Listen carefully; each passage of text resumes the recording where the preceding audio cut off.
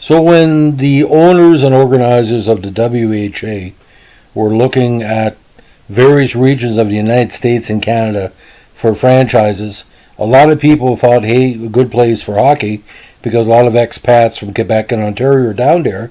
Why not put a team in Miami? Now, the Miami Screaming Eagles were given a franchise, or the owners of the squad. They were charter members of the WHA in 1971, but never played a game in Miami due to the only available arena being unfit for use. Now, the franchise license was eventually purchased and moved, which became the Philadelphia Blazers of Derek Sanderson fame for the WHA's inaugural season. Now, the Screaming Eagles franchise was the second attempt at professional hockey for the South Florida market. The first came 2 years prior, as Seymour Knox III, Northrop Knox, and Robert Oswados, the owners of the Sabres, were awarded an American Hockey League franchise in 1970. The Knox-Swados consortium intended on placing their AHL team in South Florida, but the AHL refused to allow a team to play in a market that distance, as the AHL had no teams south of Virginia at the time. The proposed team was instead placed in Cincinnati and became the Cincinnati Swords, which, sword is a saber. Now, businessman Herb Martin bought a franchise in the WHA in 1972. The Screaming Eagles made a splash immediately by signing Bernie Parent from the Toronto Maple Leafs, the first National Hockey League star inked by the Rebel League, and Boston Bruins standout Derek Sanderson. Now, there's many promo photos involving Bernie in a Miami jersey. You look quite nice.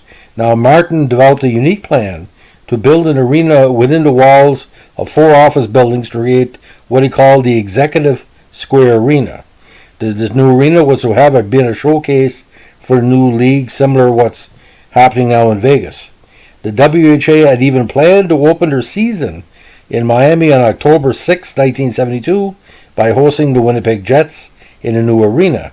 But the plans started to fall apart when construction of the proposed arena was halted.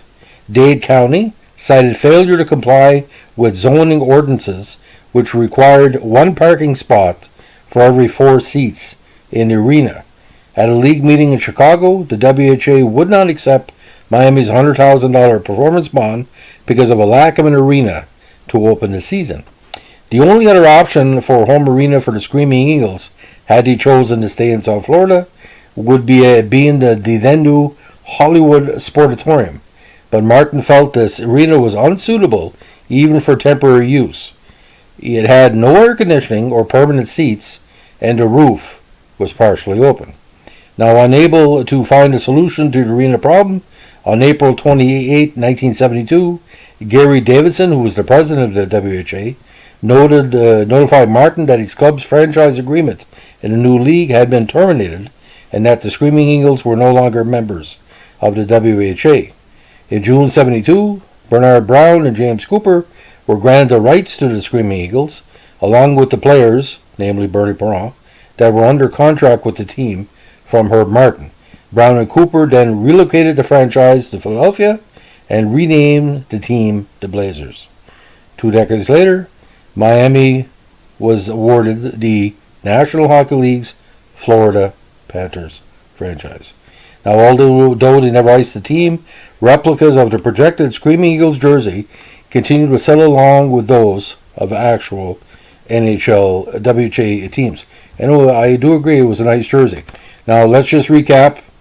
They moved to Philadelphia in 73, moved to Vancouver for 73 to 75, and moved to Calgary in 77.